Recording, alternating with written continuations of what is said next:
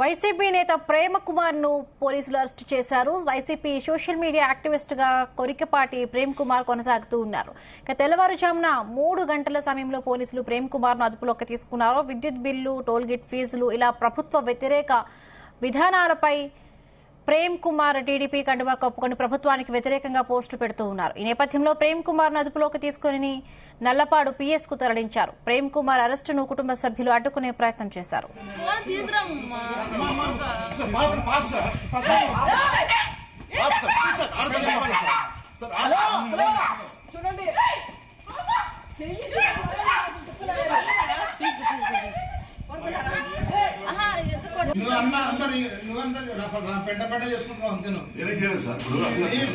Sir ఒకటి sir as per the rule మాకు notice కావాలి సార్.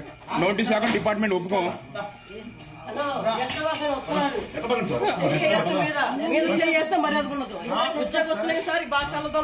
బాబు ఫోన్